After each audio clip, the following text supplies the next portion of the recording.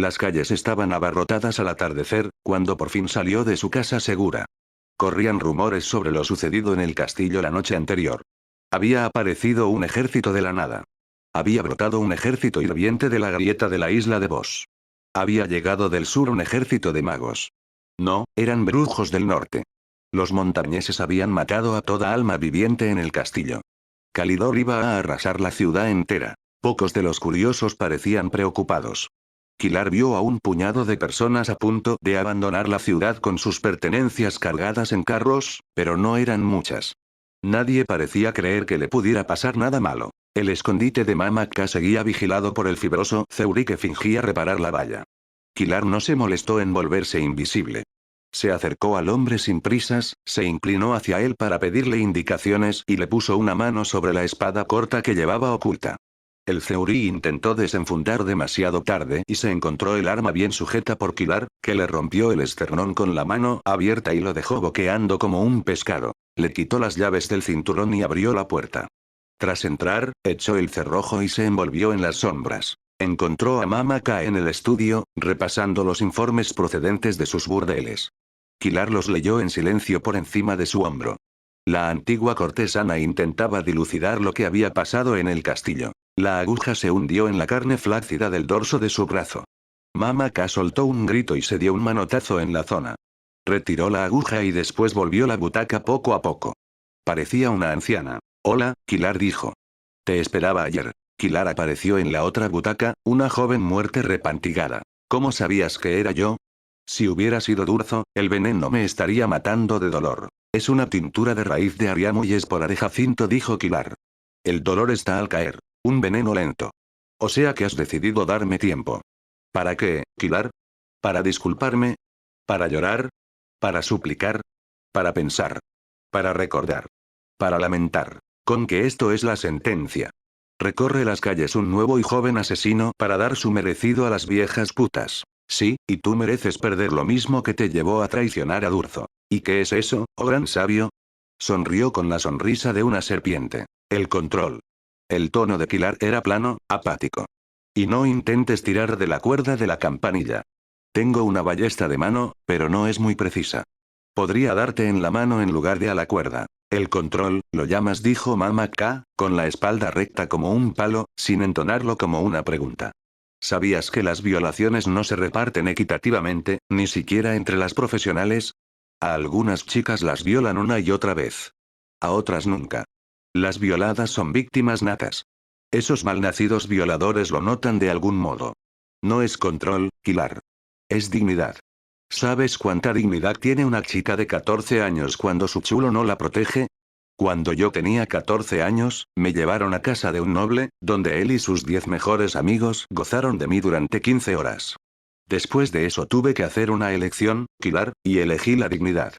De manera que, si te crees que dándome un veneno que me haga cagarme encima hasta la muerte vas a conseguir que suplique, cometes un triste error. Kilar siguió impertérrito. ¿Por qué nos traicionaste? La actitud desafiante de Mama K se desvaneció poco a poco mientras Kilar esperaba con paciencia de ejecutor. Pasó 1 minuto, 5. Kilar aguardó con toda la paciencia de la muerte. Sabía que, a esas alturas, ella estaría empezando a tener mareos. Yo amaba a Durzo, dijo Mama K. Kilar parpadeó. ¿Cómo?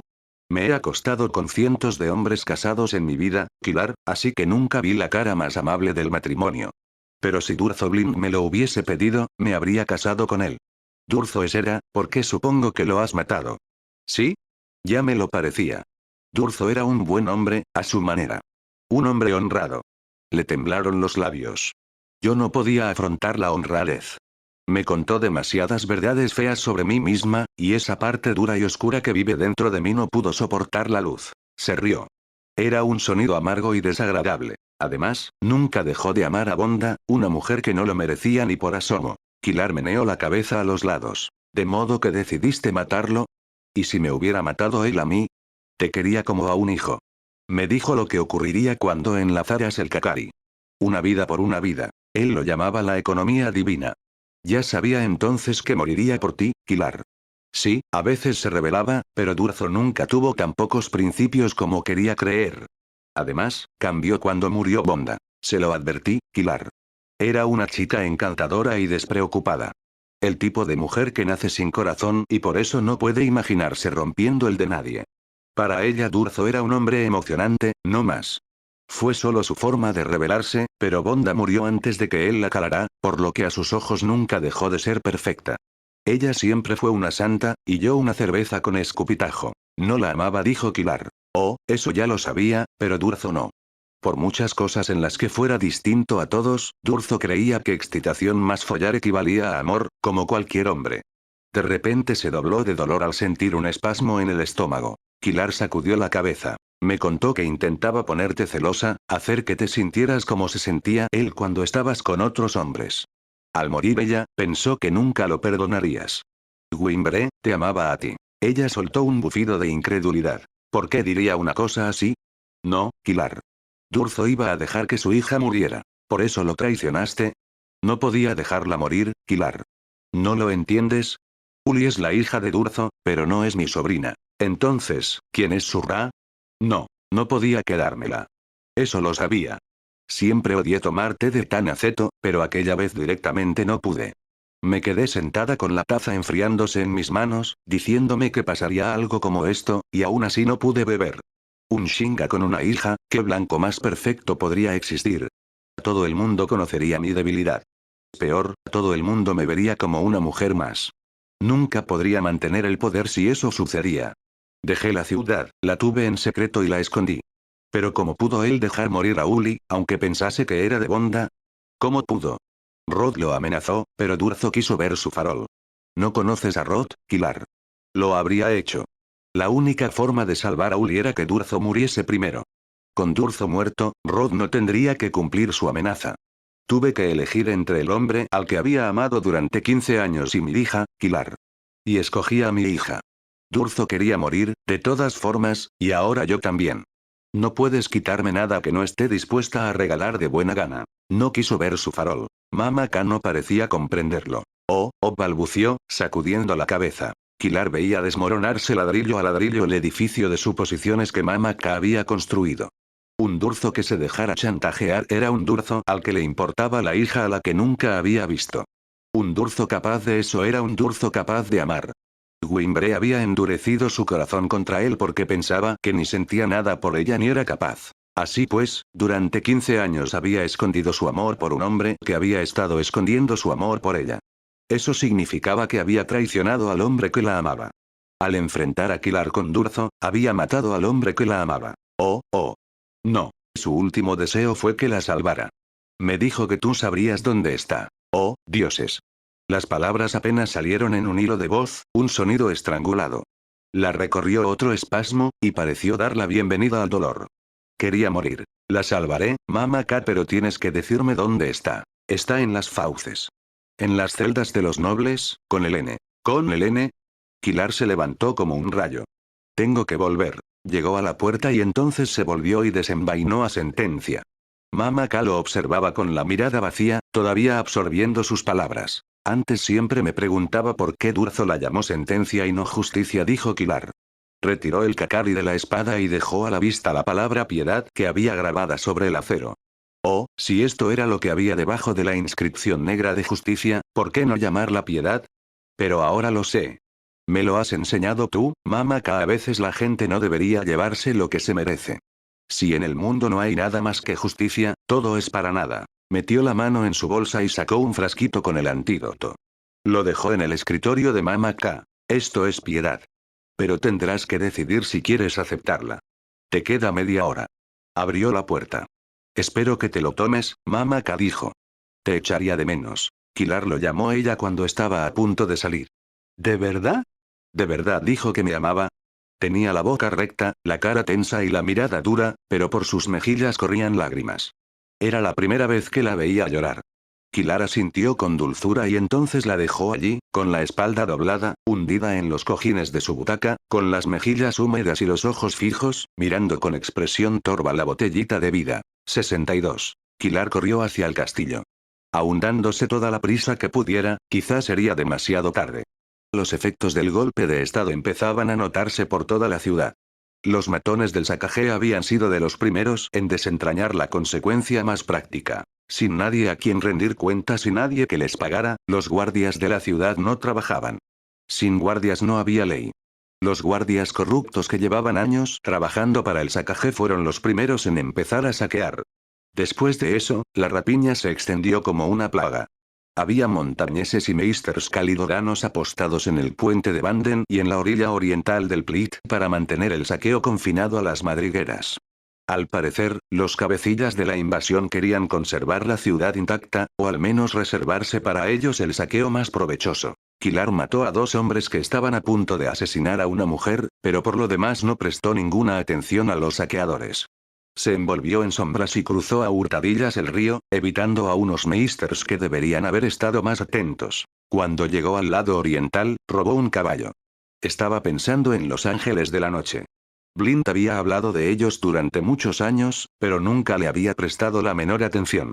Siempre había creído que eran una superstición más, el último vestigio de unos dioses antiguos y muertos. Entonces pensó en cómo se lo tomaría Helene aunque lograra rescatarla. La idea le dio náuseas. Ella estaba en el calabozo por culpa de Kilar.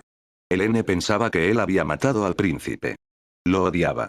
Decidió dedicar su mente a planear cómo mataría a Rod, que estaría protegido por meisters, montañeses calidoganos y quizá algún que otro matón del Sacagé.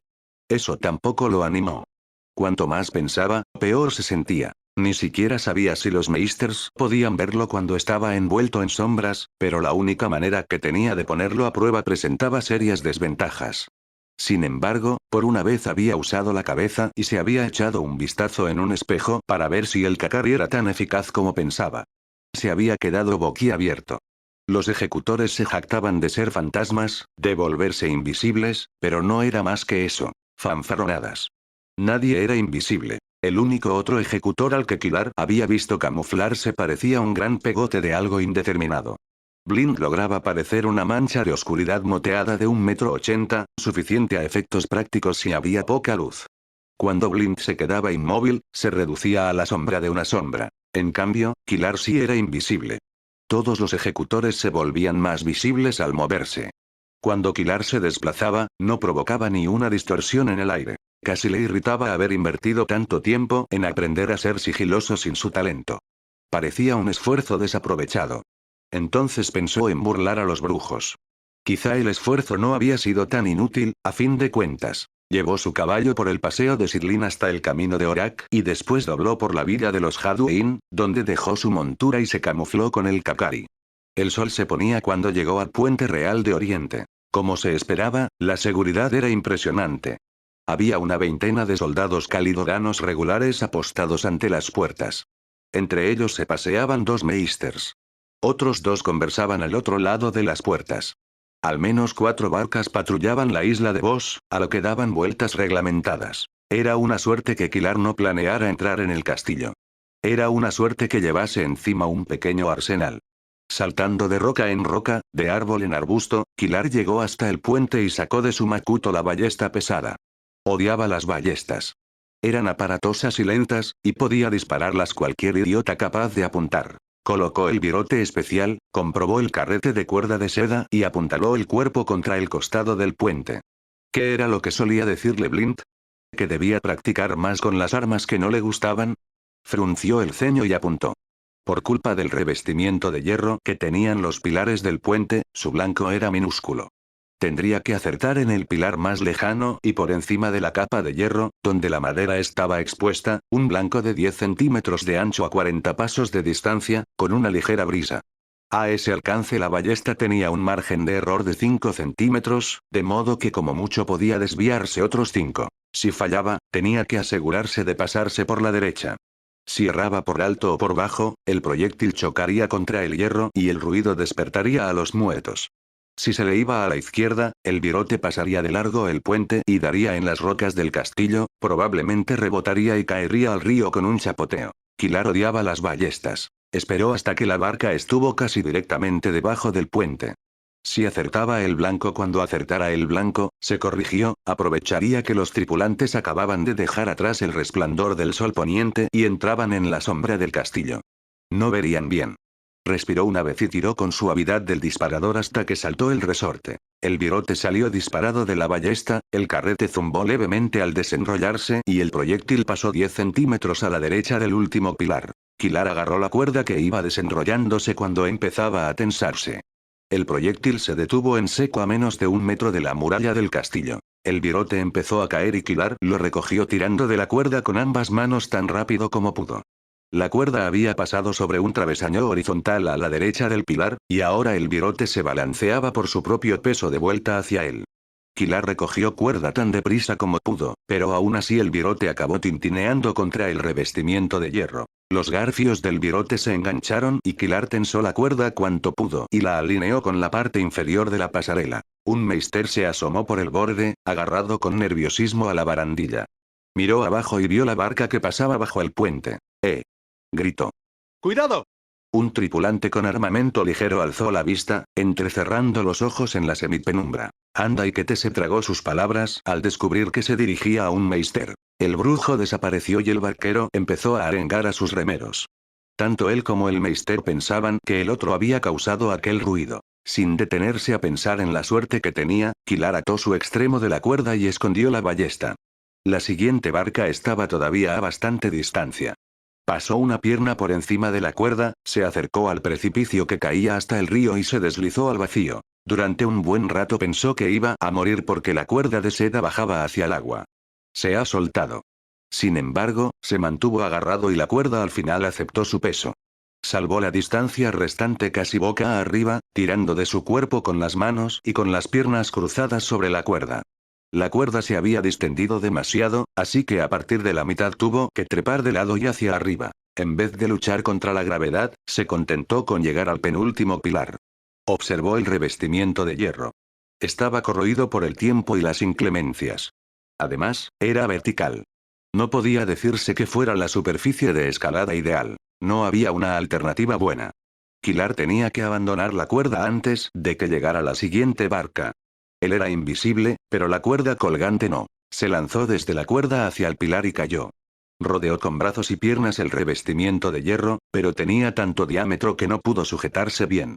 La desigual superficie metálica no raspaba lo suficiente para detener su descenso, pero sí para desgarrarle la piel del interior de los brazos y los muslos mientras se deslizaba. Chocó contra el agua relativamente despacio, y el chapuzón fue discreto. Volvió a salir a la superficie agarrándose al pilar, contra el que se escondió mientras pasaba la siguiente barca. Con la cantidad de armas que llevaba no podía nadar, pero, cuando se apartó del pilar, se impulsó lo bastante cerca de la orilla para poder caminar por el fondo del río y salir arrastrándose del agua antes de ahogarse. Por poco. Avanzó hacia el norte, siguiendo la misma ruta de la noche anterior. Se alegraba de que Blint estuviera muerto. El ejecutor jamás le habría dejado olvidar aquello. Entre el disparo fallido y los cortes indudablemente embarazosos que tendría en los muslos, Blint le hubiese tomado el pelo durante una década. A Kilar le parecía oírlo. ¿Te acuerdas de aquella vez que intentaste cepillarte al puente? Encontró un buen punto de observación dentro del cobertizo de los botes, donde secó sus armas. Tendría que actuar con la suposición de que el agua se había llevado todos sus venenos por segundo día consecutivo. Escurrió su ropa, pero no se atrevió a dejarles tiempo para que se secaran del todo. Ya que estaba allí, quería entrar y salir, bien deprisa. Miró alrededor del cobertizo. No estaba vigilado. Los calidoganos debían de opinar que bastaba con las patrullas. 2 hombres custodiaban la larga rampa descendente que llevaba a las fauces. Estaban tensos, claramente incómodos con su cometido. Kilar no los culpaba. Entre el hedor, los gritos periódicos y los ocasionales temblores de tierra, él tampoco se habría encontrado a gusto. Sentencia cortó a izquierda y derecha y los centinelas murieron. Escondió sus cuerpos entre la maleza y cogió las llaves de la puerta. La entrada de las fauces estaba diseñada para aterrorizar a los hombres y las mujeres que encarcelaran allí. Al abrir las puertas, Kilar vio que la rampa parecía en verdad una lengua que bajara por una garganta gigantesca. Habían tallado dientes curvados en el negro cristal volcánico que tenía alrededor, y 2 antorchas dispuestas tras sendos vidrios rojos parecían un par de ojos titilantes y demoníacos. ¡Qué bonito! Kilar se desentendió de todo salvo de los sonidos procedentes de personas. Bajó a paso ligero por la lengua y giró por un pasillo hacia las celdas de los nobles. Yendo a amigos de Durzo se había formado una idea aproximada de la distribución del lugar, pero desde luego jamás había sentido el menor deseo de visitarlo. Encontró la celda que buscaba, examinó la puerta en busca de trampas y esperó un momento en el pasillo, simplemente escuchando. Era una locura. Le daba miedo abrir la puerta. Le daba más miedo vérselas con Elena y Yuli que colarse entre brujos y luchar contra el Sakage. Dioses. Estaba allí para salvar a Elena, y le asustaba lo que ella le diría. Ridículo. A lo mejor no era lo que diría, sino cómo lo miraría. Lo había dado todo por ella. Pero eso Elena no lo sabía. Lo único que podía saber era que ella no había hecho nada y aún así estaba en la cárcel. En fin, esperando no iba a arreglar nada. Forzó la cerradura, retiró la invisibilidad del Kakari y se bajó la máscara negra. La celda de 3x3 estaba ocupada por un camastro y una chiquilla pequeña y guapa sentada en el regazo de Elena. Kilar apenas reparó en la niña. No podía apartar los ojos de Elena. Ella le devolvió la mirada, atónita. Su rostro era una máscara, en un sentido más literal de lo que a Kilar le habría gustado, puesto que tenía los dos ojos morados por los golpes que él le había propinado. Parecía un mapache con cicatrices. Si no fuera culpa suya y se tratase de otra persona, se habría echado a reír. «Padre», exclamó la niña pequeña. Se zafó del regazo de Elena, que seguía mirando fijamente a Kilar y apenas reparó en que se soltaba. Uli pasó los brazos alrededor de Kilar y lo abrazó. «Madre dijo que vendrías. Juró que nos salvarías. ¿Ha venido contigo?» Kilar apartó con esfuerzo su mirada de Elena, cuyos ojos se habían entrecerrado de repente, e intentó soltarse de la pequeña. Tú debes de ser Uli, dijo. «¿Madre?» ¿Se refería a Mama K? ¿O a su niñera? Ya aclararía lo de padre más adelante. ¿Qué iba a decirle? Lo siento, probablemente tu madre está muerta y fui yo quien la mató, pero al final cambié de idea y le di el antídoto, o sea que no es culpa mía que esté muerta. Y anoche maté a tu padre también. Soy su amigo. Lo siento. Se agachó para poder mirarla a los ojos. Tu madre no viene conmigo, Uli, pero estoy aquí para salvarte. Puedes ser muy pero que muy silenciosa. No diré ni pío, dijo ella. La niña carecía de miedo. O no tenía sentido común, o Elena había sido un prodigio calmando sus temores. Hola, Elena, dijo Kilar mientras se ponía en pie. Hola, sea cual sea tu nombre. Se llama Durzo, pero podemos llamarle Zoe, explicó Uli. Kilar le guiñó un ojo, agradecido por la interrupción. Aunque los niños fueran en general insoportables, la pequeña había cortado una conversación que no le interesaba mantener, y mucho menos allí y en ese momento. Elena miró a Uli de reojo y luego otra vez a él, preguntando con la mirada. ¿Es tuya? Kilar sacudió la cabeza. ¿Vienes? Preguntó. Elena frunció el entrecejo. Lo tomó por un sí. Sígueme, le dijo a Uli. Ni pío, ¿vale? Mejor que se pusieran en marcha, y deprisa. Los asuntos sentimentales enrevesados podían esperar a más tarde, o para siempre. Lo siguieron mientras Kilar caminaba visible y nervioso hasta la rampa. Elena llevaba a Uli de la mano y se iba deteniendo mientras Kilar se adelantaba. Cuando llegaron a los dientes tallados, atrajo a Uli hacia sí y empezó a hablarle en tono tranquilizador. Kilar subió por la rampa y entreabrió la puerta. La puerta se sacudió cuando 3 flechas se clavaron en la madera. «¡Mierda!», exclamó. Había sido demasiado fácil. Debería habérselo imaginado. Su esperanza había sido que el caos descolocara a todo el mundo. Volvió a cerrar la puerta y partió la llave en la cerradura. Que los cabrones la echen abajo si quieren. De vuelta al túnel. Dijo, tirando de Elena para que apretara el paso. No me veréis, pero estaré aquí. Os protegeré. Vosotras escuchad mi voz, dijo mientras la sustancia negra del Kakari salía burbujeando por sus poros. Si Elena se sobresaltó al verlo desaparecer ante sus narices, lo disimuló bien. Siguió avanzando deprisa con Uli de la mano. ¿Tengo que correr?, preguntó al aire vacío. Basta que camines rápido. La puerta que conducía a los sótanos del castillo no estaba vigilada, gracias a los dioses.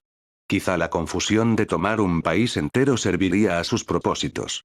Quizá las flechas de la puerta solo se debían a que una patrulla había encontrado los cuerpos por casualidad. Kilar cerró la puerta y rompió la otra llave. Subieron despacio por una escalera y salieron a un pasillo de servicio en el castillo propiamente dicho. Al cabo de poco llegaron a una intersección en el pasillo. A un lado había unos soldados calidoranos de permiso, reclinados contra la pared y contándose chistes. Kilar detuvo a Elena y caminó hacia ellos, pero entonces oyó que uno le decía algo a un ocupante de la habitación abierta que tenían detrás. Si los mataba, quienquiera que estuviese en la habitación daría la alarma. Él podría escapar, pero Elena y Uli no. Volvió con ellas. Pasad cuando os lo diga, ordenó. Ya. Elena se echó el chal por encima de la cabeza y cruzó por delante del pasillo poco a poco, con la espalda encorvada y la cabeza gacha, un pie vuelto hacia adentro y arrastrándolo por el suelo. Parecía una vieja arpía. Y tapaba casi por completo a Uli. Tardó más en cruzar la bifurcación, pero, cuando uno de los soldados la vio, ni siquiera dijo nada a los demás. Buen truco, comentó Kilar, que se puso a su altura mientras ella retomaba su paso rápido normal. Donde yo crecí, las chicas tontas no permanecen vírgenes, dijo Helene. Creciste en el lado este, observó Kilar. No es exactamente como las madrigueras. ¿Crees que es más seguro trabajar rodeada de nobles salidos? ¿A dónde vamos? Preguntó Uli. Chis, exhortó Kilar mientras se acercaban a otra bifurcación. El pasillo que estaban siguiendo llevaba a las cocinas. Pero, a juzgar por el jaleo que se oía dentro, no era un buen camino para llevar a las chicas. La puerta de la derecha estaba cerrada, y el pasillo de la izquierda, despejado. Kilar sacó sus ganzúas, aceptando el riesgo de que saliera alguien de las cocinas. No le hacía gracia la idea de seguir el camino que parecía ofrecer menor peligro. La cerradura cedió enseguida, pero habían atrancado la puerta con algo pesado desde dentro. Seguramente algún criado había hecho lo posible por bloquearla durante el golpe. ¿A dónde vamos? Volvió a preguntar Uli. Kilar sabía desde el principio que la niña acabaría por ponerlo de los nervios, pero había esperado que tardara más. Dejó que esa vez le mandara callar Helene. Con su talento, podía derribar la puerta y lo que fuera que la atrancaba, pero el ruido atraería a quien estuviese en las cocinas, y Kilar tenía una sensación de apremio. No quería dejar allí a las chicas mientras exploraba. A la izquierda, susurró. Ese pasillo se torcía y subía por varios tramos de escalones. Kilar oyó un tintineo de cotas de malla y el golpeteo de unas botas con tachuelas por detrás de ellos. Deprisa. Dijo. Los hombres que tenían detrás avanzaban a un trote tranquilo, de modo que no perseguían fugitivos, sino que tan solo respondían a alguna orden. Kilar retrocedió hasta el pie de la escalera y entrevió al menos 20 soldados. Corrió para atrapar a Elena y Uli. Iban pasando por delante de puertas y, sin preocuparse de quién pudiera oírles, Kilar empezó a probar las manecillas. Todas estaban cerradas. ¿Por qué vamos al salón del trono? Preguntó Uli. Kilar se detuvo. Helene miró a la niña, con cara de estar tan sorprendida como él. ¿Qué? Preguntó Kilar. ¿Por qué vamos al? ¿Cómo sabes a dónde vamos? La interrumpió Kilar. Vivo aquí. Madre es doncella. Nuestra habitación está justo. Uli, ¿conoces un camino para salir? ¿Uno que no pase por el salón del trono? Rápido. Se supone que no debo subir aquí, dijo la niña. Me meto en líos. Maldita sea. Exclamó Kilar. ¿Lo conoces o no? Uli negó con la cabeza, asustada. Claro, habría sido demasiado fácil, ¿no? Qué buena mano tienes con los niños, ¿eh? Dijo Helene.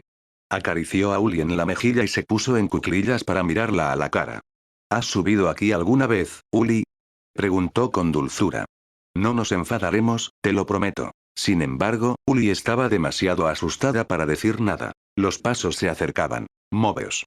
Dijo Kilar, que agarró a Helene de la mano para hacerla correr, con la mocosa a rastras. No le gustaba aquello. Estaba demasiado claro. Era demasiado conveniente que solo hubiera un camino. Un camino. Eso es. En este castillo nunca hay solo un camino. Kilar estudió las paredes y los techos mientras corrían. Ni siquiera intentó abrir las puertas que iban dejando atrás. Doblaron otra esquina y derrapó hasta pararse. Su forma parpadeó hasta volverse visible. Helene, ¿ves ese tercer panel? Señaló hacia arriba. No respondió ella. ¿Pero qué tengo que hacer?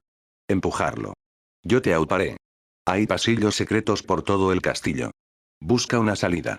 A lo mejor Uli puede ayudarte. Helene asintió y Kilar se agachó con la espalda apoyada contra la pared. Helene se levantó la falda y subió un pie a su muslo. Frunció el ceño al caer en la cuenta de que tendría que pasarle la falda por encima de la cabeza, pero no vaciló en trepar hasta sus hombros y, por último, sus manos. Fue ayudándose con la pared para no perder el equilibrio. Entonces Kilar se puso en pie y extendió los brazos para elevarla por los aires. Helene empujó el panel para soltarlo, lo apartó a un lado y se coló en un pasadizo bajo. Cuando Kilar alzó a Uli, ya se había dado la vuelta para asomarse. ¿Podrás cogerla? Preguntó Kilar. Más vale, dijo ella. Tenían a los soldados casi encima. Kilar lanzó a Uli por los aires con facilidad. Hay que ver lo útil que es el talento. Elena la atrapó y empezó a resbalar por la base del pasadizo hasta que llegaron a colgarle los hombros en el aire. Entonces debió de encontrar algún punto de apoyo dentro del hueco, porque dejó de escurrirse. Gruñó y, con Uli contoneándose para ayudar, consiguió subir a la niña con ella. Uy, aquí sí que he estado, dijo Uli. Kilar sacó una daga y la lanzó en dirección a Elena. Ella la cogió al vuelo. ¿Qué se supone que tengo que hacer con esto? Aparte de lo obvio, preguntó Kilar. Gracias. Ahora sube. Hay sitio. Date prisa. Kilar no se movió. Si haces lo correcto 2 veces, te costará la vida, había dicho Dorian. Hay cosas más valiosas que la vida, había dicho Blint. No puedes pagar por todo lo que has hecho, había dicho el conde, pero tampoco estás más allá de la redención. Siempre hay una salida. Y si estás dispuesto a hacer el sacrificio, el dios te dará la oportunidad de salvar algo de incalculable valor. Miró a Helene. Algo de incalculable valor, y tanto que sí. Le sonrió. Ella lo miró como si estuviera loco. Kilar, date prisa. Es una trampa, Helene. Si me pierden aquí, buscarán por los pasadizos secretos. No puedo protegerte en esos falsos techos, no hay sitio para pelear. Sal del castillo. Ve a ver a Harla al jabalí azul, él te ayudará. Te matarán, Kilar. Si es una trampa, no puedes. Sí que he mirado, la interrumpió él. Sonrió. Y tienes unas piernas estupendas. Le guiñó un ojo y desapareció. 63. El Burmeister Nevidada maldijo a Rotursul por enésima vez ese día. En teoría servir a uno de los hijos herederos del rey dios era un honor. Como ocurría con todos los honores del rey dios, aquel también tenía su letra pequeña. Si un príncipe fracasaba en el Urdan, castigaban a su Burmeister además de a él. Y se exigía obediencia al príncipe. Una obediencia absoluta, salvo en las órdenes que pudieran contrariar al rey dios. Y por eso maldecía Neb. No estaba exactamente desobedeciendo a Rod, pero sí deshacía algo que el príncipe había comenzado. Algo que, a decir verdad, Rod creía haber completado. Algo cuya interrupción estaba requiriendo todas las habilidades de Neb. Por suerte, Rod había estado demasiado ocupado asegurando el castillo y la ciudad para preguntar dónde se había metido su Burmeister. Además, ya tenía 60 meisters a sus órdenes, 3 de ellos Burmeisters casi tan poderosos como Neb. Si Rod había enviado hombres a buscarlo, la pequeña habitación de servicio que Neb se había apropiado estaba lo bastante aislada para que nunca pudieran encontrarlo. Su obra, su insignificante engaño, su rebelión y su apuesta para granjearse el favor del rey dios yacía estirada sobre la cama. Era una chica hermosa. No era que el rey dios anduviera escaso de jóvenes guapas, pero esa tenía coraje. Temperamental, inteligente y, lo mejor de todo, una novia viuda y virgen, además de una princesa. Genine de Guirre era todo un trofeo. Un trofeo para coronar el harén del rey dios. Un trofeo que Neb había arrebatado de las mismísimas garras de la muerte. Cualquier Burmeister tan viejo como él sabía mucho sobre la preservación de la vida, por supuesto. Obraba en su propio beneficio a medida que envejecían. Pero yo soy un genio. Un genio. Su plan había cristalizado mientras Rod despotricaba, una explosión diarreica de palabras sin sentido que el chico soltaba. Como de costumbre. El corte que Rod había hecho a Genine había sido afortunado. Solo un lado del cuello, no tan profundo que seccionara la tráquea. Neb había dejado de sangrarse hasta que perdió las fuerzas. Entonces le presionó levemente el diafragma con un sutil zarcillo de magia para extraerle el aire de los pulmones, le cerró los ojos con otros 2 y usó un cuarto para sellarle la herida del cuello. Luego había actuado con rapidez para desviar la atención de su cuerpo y que nadie se fijase en que todavía respiraba, y la chica había sido suya. Había matado a 7 doncellas buscando el tipo de sangre adecuado para ella. Un trabajo chapucero. Debería haberlo hecho mejor, pero al menos funcionó. Había decidido dejar la cicatriz. Le daba a la princesa cierto aire. Como detalle final, había encontrado a una chica de la ciudad que se parecía a ella y había hecho empalar su cabeza sobre la puerta oriental con el resto de la familia real. Si se encontraba el color de pelo justo y se imitaba el peinado, lo único que hacía falta para completar el parecido era golpear la cara lo suficiente. Pese a todo, pensó, había realizado un trabajo estupendo, aunque hubiese resultado agotador. A la mañana siguiente, el rey dios llegaría y dispensaría a Rotursul su favor o su castigo. En cualquier caso, Ned prosperaría. Algo lo hizo detenerse antes de salir por la puerta. Notaba algo raro fuera. Se dirigió a su ventana, abrió los postigos de madera. Las habitaciones de los criados no tenían cristales y se asomó por el hueco al espantoso jardín de estatuas cenariano. Los Meisters habían montado allí su campamento, suponiéndolo un centro de poder. El Burmeister Goroel siempre había disfrutado haciendo mofa de los dioses y los reyes muertos de los países conquistados. Su negativa a ocupar habitaciones en el castillo era puro teatro, pero, cuando los Meisters iban a la guerra, a Goroel le gustaba demostrar al rey dios que vivían como el último soldado. Insufrible. Un hombre se encaramó a una de las estatuas. Neb no distinguía las facciones con claridad, pero sin duda no era Calidorano. Seti. ¿Qué hace un Seti con una espada subiéndose a una estatua en plena guerra? A sus pies había un herrero enorme con el pelo rubio que miraba hacia todas partes con nerviosismo. Neb sacudió la cabeza. Al Burmeister Goroel no le haría ninguna gracia un insulto semejante. «Brujos del rey dios», gritó el hombre de la estatua con voz estentórea, amplificada una docena de veces mediante magia. ¿Un mago? Brujos del falso rey dios, escuchadme. Venid a mí. Este día, sobre esta roca, seréis despedazados. Venid y que vuestra arrogancia encuentre su recompensa. Si no hubiese proferido una herejía, los brujos quizá habrían dejado que el Burmeister Goroel se ocupase de él, pero la herejía se atajaba. Debía atajarse. Al instante. Un mínimo de 30 Meisters invocaron subir. Los sentidos mágicos de Neb explotaron. Salió disparado contra la pared y se derrumbó. Era como si 1000 demonios chillaran al unísono en cada uno de sus oídos. Un foco de magia como una hoguera, como un segundo sol, explotó y engulló todo el castillo. Neb sintió el cosquilleo de subir, que ardió a medida que el estallido de magia le pasaba por encima. No había recurrido a él, y probablemente eso fue lo que lo salvó. El poder que invadía el castillo era más magia de la que jamás había imaginado. Más magia de la que el mismísimo rey dios podía blandir. Unas motitas de magia se alzaron para enfrentarse a la oleada. Los Meisters, dedujo Neb. Los brujos que aún no habían invocado subir recurrieron a él.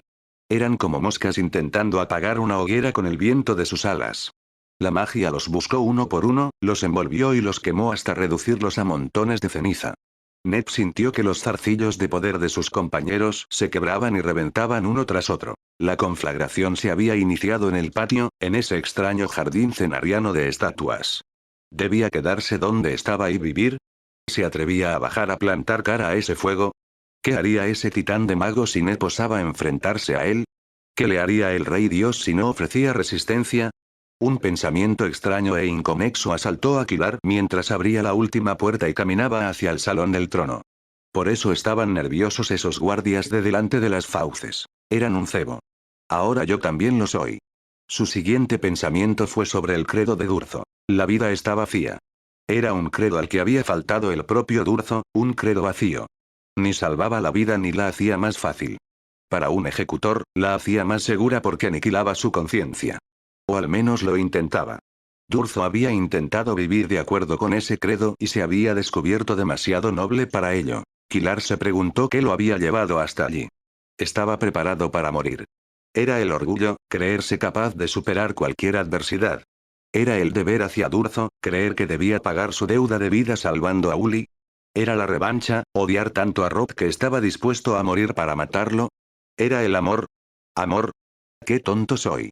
Sentía algo por Helene, eso era cierto. Algo intenso, embriagador e irrazonable. Tal vez fuera amor, pero ¿qué amaba? ¿A Helene o a una imagen de ella, entrevista desde lejos, compuesta con el pegamento de las suposiciones? A lo mejor era un último vestigio de romanticismo lo que lo había llevado hasta allí, un pozo de los cuentos de príncipes y héroes que le había leído Ulana Drake.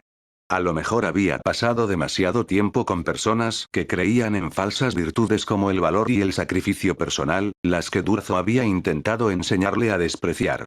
A lo mejor lo habían contagiado. Sin embargo, el porqué de su presencia allí en realidad no importaba. Era lo correcto. Él no valía nada.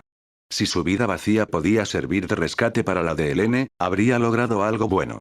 Sería lo único que hubiese hecho nunca de lo que podría enorgullecerse.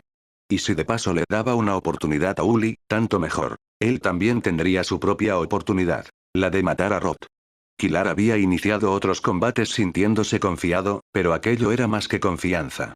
Al entrar en el corto pasillo que conducía al salón del trono, se sentía en paz. Un gemido agudo rompió el silencio. Los hombres que estaban en la habitación mirando hacia la puerta agarraron sus armas con más fuerza. Una alarma mágica para avisarles de que he llegado. Había montañeses, por supuesto. Ya se lo esperaba. Pero no se había esperado 30. Y había brujos. Con eso también contaba, pero no con 5. Las puertas del pasillo en el que había alzado a Helene y a Uli se abrieron de par en par y 10 montañeses más le cortaron la retirada. Dio unos pasos rápidos y se metió en el salón del trono saltando a ras de suelo, con la esperanza de dejar atrás los primeros ataques. La sala era enorme, y el trono de marfil y hasta se elevaba por encima de los asientos de la asamblea mediante 2 anchos tramos de escalones, separados por un rellano plano. Roth ocupaba el trono, flanqueado por 2 brujos. Los otros 3 estaban de pie en el rellano. Los montañeses se hallaban repartidos por todo el perímetro de la sala. El salto lo llevó más allá de las espadas de 2 montañeses que lanzaban estocadas a lo loco delante de la puerta, con la esperanza de alcanzar al ejecutor invisible por un golpe de suerte. Kilar desenvainó a Sentencia de la funda que llevaba a la espalda y rodó hasta ponerse en pie. Un enjambre de manos minúsculas apareció en el aire cuando los brujos empezaron a entonar cánticos. Las manos lo buscaban, le daban pellizcos. El suelo era un hervidero de manos fantasmales que saltaban y se daban zarpazos entre ellas en su afán por agarrarlo. Kilar se apartó de un salto e intentó cortarlas, pero su espada las atravesó sin herirlas. No había nada que cortar. El enjambre de manos lo cubrió, cada vez más espeso, reforzándose a medida que 2 de los brujos empezaron a recitar al unísono. Entonces, mientras las manos lo sujetaban derecho, Kilar notó que algo más lo agarraba. Se sintió como un bebé atrapado entre los dedos de un gigante. La fuerza desconocida debilitó de un zarpazo el camuflaje del Kakari. Kilar lo retiró. No le serviría de mucho ser parcialmente invisible si no podía moverse. Bueno, ha sido glorioso. Entre todos los idiotas que se han metido a sabiendas en trampas a lo largo de la historia, probablemente este sea el desenlace más lamentable. Kilar había deseado que narices, había previsto por lo menos llevarse por delante a un puñado de guardias. Quizá un brujo. 2 habría estado bien. Durzo se revolvería en su tumba del disgusto. Sabía que vendrías, Blind alardeó Roth desde el trono. Se puso en pie de un saltito e hizo un gesto a los brujos. Kilar se elevó por los aires y salió disparado hacia adelante, transportado mágicamente escalera arriba y luego depositado en el rellano de debajo del trono. Blind. Dioses, he caído en una trampa que ni siquiera estaba pensada para mí. Los dedos mágicos le arrancaron la máscara. Kilar, dijo Roth, atónito. Rompió a reír. Mi príncipe, cuidado, le advirtió una bruja pelirroja desde el lado derecho de Roth. Tiene el Kakari. Roth dio una palmada y volvió a reír, como si no diera crédito a su suerte. Y justo a tiempo. Oh, Kilar, si no fuese como soy, casi te dejaría vivir. La réplica ingeniosa murió en los labios de Kilar cuando se asomó a los ojos de Roth. Si la mayoría de sus murientes tenían una taza de oscuridad en sus almas, Roth contenía un río, ilimitado y sombrío, una oscuridad embravecida y devoradora con voz de trueno. Tenía ante sí un hombre que odiaba todo lo que podía ser amado. Capitán, dijo Roth, ¿dónde están la niña y la criada de las cicatrices? Uno de los hombres que había entrado detrás de Kilar informó. Las hemos perdido, Majestad. Estoy decepcionado, capitán, dijo Roth, pero su voz era de júbilo. ¿Desperderlas? Sí, Alteza, respondió el soldado. Cogió a sus 10 montañeses y volvió a salir al pasillo. Roth devolvió su atención a Kilar. Y ahora, dijo, el postre. Kilar, ¿sabes cuánto tiempo llevo buscándote? Kilar parpadeó y se liberó de aquella mirada, cerró de algún modo sus sentidos a la maldad del hombre que tenía delante. Se obligó a adoptar un tono indiferente. Dado que soy el hombre que va a matarte, yo diría que en fin, desde que te miraste por primera vez en un espejo y te diste cuenta de lo feísimo que eres. Roth aplaudió. Muy ingenioso. Verás, Kilar, me siento como si llevaras años a mi sombra, oponiéndote a todo lo que he hecho. Lo de robarme el Kakari me irritó mucho. Bueno, me gusta tocar las narices, replicó Kilar, que en realidad no estaba prestando atención. ¿Oponiéndose a él durante años?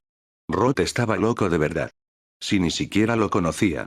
Aún así, lo dejaría despotricar todo lo que quisiera. Tensó los músculos con disimulo para evaluar las ataduras mágicas. Eran como de acero. La cosa no iba bien. Kilar no tenía plan. Ni siquiera tenía el comienzo de un plan. No creía que hubiese plan que pudiera haber funcionado, aunque él fuese lo bastante listo como para idearlo. Estaba rodeado de soldados calidoranos, los brujos lo observaban como buitres, retorciendo lentamente su vir y Rock parecía demasiado satisfecho consigo mismo. Y vaya si las tocas.